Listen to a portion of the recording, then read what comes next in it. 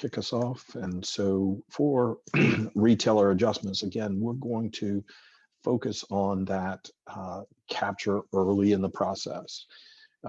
We can capture it remotely. We can then we bring it into the process. We verify those documents and the tickets, classify them, and then based on that classification, we will assign them to the appropriate person to do the research. And then after that research, another person will be able to validate it. And then it'll go through the management review and approval process, accounting review, and then we can export it for payment or generate that denial letter. And that is a very sophisticated system. So from end to end, from the retailer adjustment form all the way to the denial or payment, we capture all of the data associated. So Mike, if you'd like to take over. Kel. What's this? All right, so hello everyone. My name is Michael Brown, and in this session, I'll be taking us through the retailer adjustments process in the lottery automation system. This process begins with me logging into the client. So I'm going to go ahead and open up this client. Like Carlos had mentioned earlier, you're going to see me logging in and out with different user accounts to simulate different people in the process. In a production environment, we typically integrate this with Active Directory so that users are never prompted to log in, but there are several other integrations that we can do for authentication purposes. So the first user I'm going to log in with is our intake user. And you'll see that's going to open up our client. And like Carlos had mentioned before, it defaults to taking us to our dashboard or our personal page. And as I'm logging in and out of different users, you'll notice that the personal page looks different depending on the roles and actions that they have in that particular process. Now, when a retailer adjustment comes in, it's typically a physical mailed packet, including the adjustment form, any tickets that the retailer is requesting adjustment on. So we need to bring that into the system, and we do that by batch scanning. So I'm going to go ahead and open up batch scanning. You'll see I have a retailer adjustment scan queue here. I'm going to enter the adjustment number. This is found on the adjustment form, the adjustment request form. So I'm going to do 12642. And then I'm going to simulate a scan. I'm going to sweep in a document. Sweep that in. And you'll see on my screen, once it is finished bringing all the documents on that particular adjustment, we'll see a preview of them. So you can see here, we have the request form. We have the front and back of the ticket that the retailer is requesting adjustment on. This one happens to be a misprint. And then we have the postmarked envelope. Once we brought in all of the documents on this particular adjustment packet, what we'll go ahead and do is click the back arrow.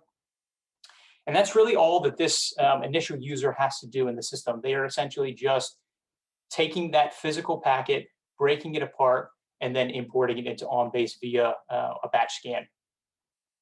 So now I'm going to log out of our intake user, and I'm going to log in with the next user in the process, which happens to be our customer service representative.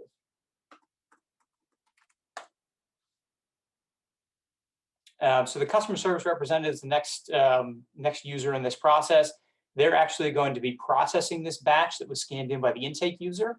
And to process that batch, we're going to go into batch processing. So in batch processing, you can see here, I have a lottery retailer adjustment scan queue. I'm going to click on that. And you can see this batch is currently in an awaiting document separation status. So we need to separate this batch out into individual documents. So you can see here, it brings up all of the images that were scanned in as a part of this batch. If I hover over any of the thumbnails, you'll see an expanded view of that particular image. If I need a full-size view, if I double click, it'll pop out in a new window. Now, like I said, the purpose of document separation is to separate this batch into separate documents. So you can see here we have the form, the front and back of the ticket, and then the postmarked envelope. If I hover my cursor between the form and the front of the ticket, you'll notice a scissors icon appear. If I left click on that scissors icon, you'll see it splits the batch at that point. So now we have the adjustment form broken out into an individual document. Next, we have the front and back of the ticket. I'm going to hover my cursor in between the back of the ticket and the postmarked envelope. And again, that scissors icon appears, and I can split this off into another separate document. So at this point, I've separated the batch fully into separate documents. We have the adjustment form, the front and back of the ticket, and the postmarked envelope. At this point, if I had any additional pages that got scanned that the intake user did not remove, I could use delete mode and remove those extra pages. Once I'm finished with document separation, I'll go ahead and click Save and Close All on the ribbon, and then Yes at the prompt. And you'll notice that this batch now has 3 documents, and it is in an awaiting index status. So next, we need to classify and index these documents. So I'm going to select this batch and click Start Processing in the ribbon, and it's going to bring us into our batch indexing layout. Now, the first thing I need to do with each of these documents is classify them. So this is an adjustment form. So I'm going to hit the document type and choose adjustment form. Now, when I choose the document type, it's going to give me some index information that needs to be entered over on the left. Red keywords are required and black keywords are optional. And like Carlos said, this is just set up and as an example and how we've seen other lotteries use this in the past. Your process can be completely different. We're just showing you different tools, features, and functionality that you can help to improve your business process. Now, the first retailer ID, or the first keyword that we need to enter, is the retailer ID. And you'll notice I'm using that same retailer that Carlos was using for the application process in the previous session. So I'm going to go ahead and type in the retailer ID. And you'll notice I left the character off. And when I click away, it does not autofill the retailer name. And what's going on is, while I'm indexing this, the lottery automation process is reaching out to a backend database to verify that this retailer ID that I've entered is in fact a valid retailer ID. If I try to click index here, it's going to tell me retailer name not found, indicating that whatever retailer ID I entered is not a valid retailer ID. If I add the missing character, you'll see it's going to autofill the retailer name, and then I can move this along in the process.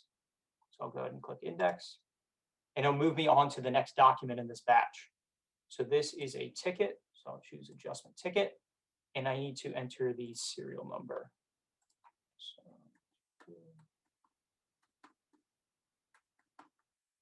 again, red keywords are required, black keywords are optional, and you'll see some of these keywords that I'm filling out as a part of the backend process. They're read-only and you can't change them anyway. All right, so now that I've indexed the ticket, I'm going to go ahead and click index. And lastly, we have the postmarked envelope, and I'm going to say that's a supplemental document, and there's nothing additional that I need to index for this particular document type. So I'll go ahead and click index here. And you'll see once I've finished with all of the documents in the batch, it's going to give me some options. I can go back and check my work by using review the last action. I can save and close if I want to save where I'm at and come back to this at a later date or time before moving it along in the workflow process. Or if I'm finished with it, I'm happy, and I want to push it into workflow, I can use save and transition. In this example, I'm going to use save and transition. And you'll notice when I click that, the batch is no longer down here for me to do any processing with.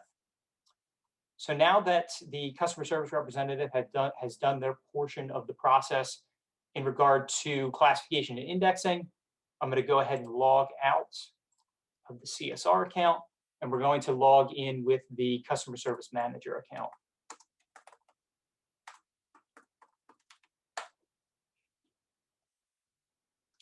And you'll notice this personal page looks a little bit different. We have some tiles for workflow. We have some reports.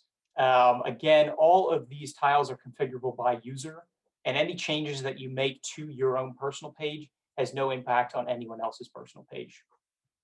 So you can see that adjustment has now flowed to the adjustment assignment queue.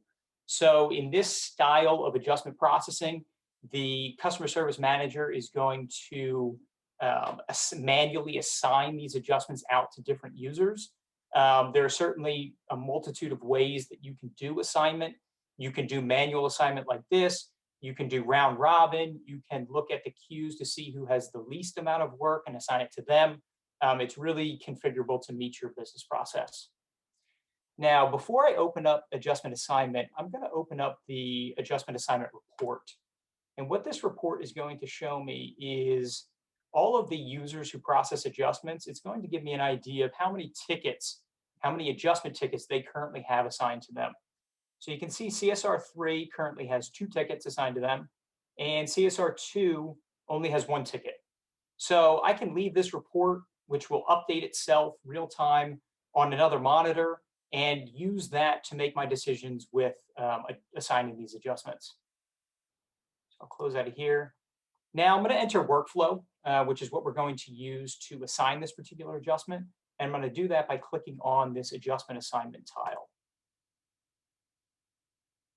You'll see that's going to take me into workflow, and I can see the entire adjustment. I can see the adjustment form. I can see the tickets that are going to be assigned that need to be processed, as well as any supplemental documents. When I'm ready to assign this adjustment, I'm going to click the Assign Adjustment Ad Hoc Task in the ribbon. Click that. You're going to see a form pop out here on the right with a drop-down. And using this drop-down, I can select the user that I want to assign this form to, or assign this adjustment to. So for this example, I'm going to do CSR2. I'm going to click Assign Adjustment. You'll see that that adjustment has now left my screen. It has been assigned to CSR2. So now if I flip back to my personal page and go back into the adjustment assignment queue, or the adjustment assignment report, you'll see a CSR3 has 2 tickets, and now CSR2 has 2 tickets as well that are assigned to them. Now, let's say I inadvertently assigned that to CSR2 and I wanted to assign it to a different user. I do have the ability to change that assignment. So if I come back into my workflow layout and I go into my adjustment processing queue, certain users, we can give the ability for them to use something called queue administration. So if I open up queue administration, what it's going to do is it's going to show me all of the users who are part of this process and any adjustments that are currently assigned to them.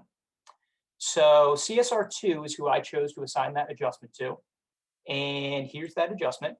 Let's say I want to remove that from CSR2 and assign it to CSR.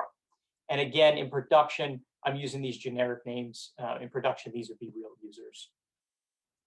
But if I want to reassign this, I can click on the adjustment, click Reassign Item, and I want to assign it to CSR, and click OK. And you'll notice the screen updates, and you now see CSR2 has 1 ticket assigned to them, and CSR has 1 ticket assigned to them as well. So if I close out of here, again, just to point this out and show you how this is working, this form is constantly being updated to give you a real-time look into the workload that each user in the process currently has. All right, so now that we've assigned that particular adjustment, we are going to log out of the Customer Service Manager account, and we're going to log in with that CSR user.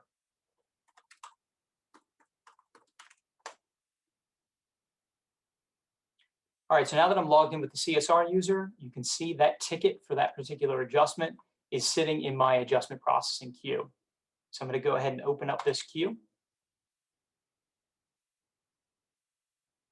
And you can see the ticket here. I can see thumbnails of the different pages. I can scroll through and see that entire ticket that I'm currently processing. One thing I want to make note of are related documents. So during my processing of this adjustment, maybe I want to look at the adjustment form, or I want to look at any of the supplemental documents that came in as a part of this adjustment request. I can do that in workflow by opening up my secondary viewer, which will open up a viewer here on the right. And I can view related items down here in the lower left. So I can view the adjustment form. You can see that here. If for some reason I need to reach out to this particular retailer, I have a question about this particular adjustment request, this ticket, I can see their information on this particular adjustment request form, as well as any supplemental documents. In this example, I only have the postmarked envelope. but there could be some sort of, maybe they submitted a handwritten letter explaining, some incident that happened that, the reason why they're requesting an adjustment on this particular ticket. Now I'm going to go ahead and close my secondary viewer and just bring up the ticket itself. And you'll notice the ad hoc tasks in the ribbon have changed. So these ad hoc tasks are dependent on, one, my user privileges, and two, the current queue that I'm in. So because I'm in the adjustment processing queue and I'm logged in as a customer service user, I have the ability to approve and deny tickets, view the ticket form, and add ticket notes. So the first one we'll look at is adding ticket notes. So if I click add ticket notes, you're going to see a form appear out here on the right where I can add notes about this particular ticket. So if I click add, you'll see it's going to show the user that I'm logged in with. It shows CSR because that's the test account that I'm logged in with. In production, it would show the user's real name and then a date time stamp of when I'm applying this particular note. So we'll just put test note here and then click submit. And you'll see if I go to add another ticket note, this note is a permanent part of this particular ticket's life within the lottery automation system. Anybody at any time can go back and look at the notes on this particular ticket, see exactly who entered them, when, and exactly what was put in that particular note. So let's say I'm looking at this ticket and whatever the adjustment request was, I'm going to deny it. It does not meet our criteria for us to accept a retailer adjustment. So I'm going to click deny ticket.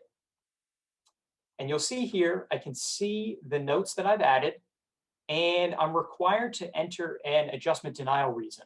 So you'll see here we have a list of preset denial reasons. And this is nice because it keeps data consistency. You may have a process now where maybe it's a free-form text field, and then you get all sorts of different spellings, different abbreviations. I try to use drop-downs wherever possible, just for that data consistency purpose. So we'll say received past 10-day deadline, and then I can click submit. And you'll see once I have taken that denial action on that ticket, it has left my processing queue and has gone back to the customer service manager for their review. So next, I'm going to log out of my CSR user and we'll log in with the customer service manager.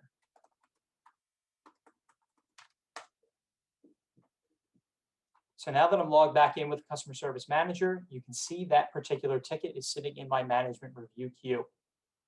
Now, before I review that particular ticket's findings, I want to look at a different form or a different report. So you'll see here, I have a report called Adjustment Status Non-Completes. And if I open this up, what it's going to show you is the status of all adjustment tickets that are not completed in the system. So I can see the adjustment number, which is the ID that was on the adjustment form that we brought in. I can see the retailer ID. I can see the ticket serial number, the current status, who it's assigned to, who was processing that ticket, and the current decision. Below, you can see a pie chart that shows us a breakdown of where all of these non-completed tickets are within the process. You can see 3 of them are in adjustment processing. 1 is approved and awaiting payment.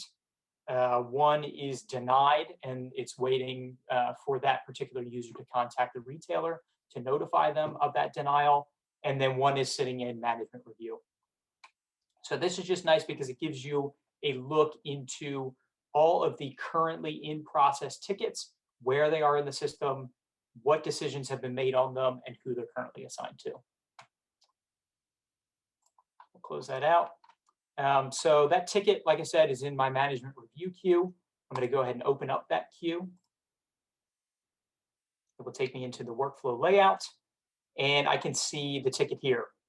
Now, just like in the processing queue, I can open up my secondary viewer and view any of those related documents, like the adjustment request form or supplemental documents that came in as a part of that adjustment request. All right, so I want to view the findings on this ticket. So I can click View Findings, and it's going to show me, for this particular ticket, the notes that the processing user entered, and then the denial reason. And they say received past 10-day deadline. If I disagree with that, what I can do is I can send this ticket back to the processing user with a note saying, hey, I disagree with your findings. Here's what I think it should be. Please correct. So what I'm going to do is I'm going to click Deny Findings. And you'll see I'm going to add a note. And you'll see CS Manager along with the date time. And I'll say not received past deadline. And I'll click Submit. And that will get sent back to the processing user. So if I log out of Customer Service Manager and log back in with that CSR user, we can see that ticket has come back to my processing queue.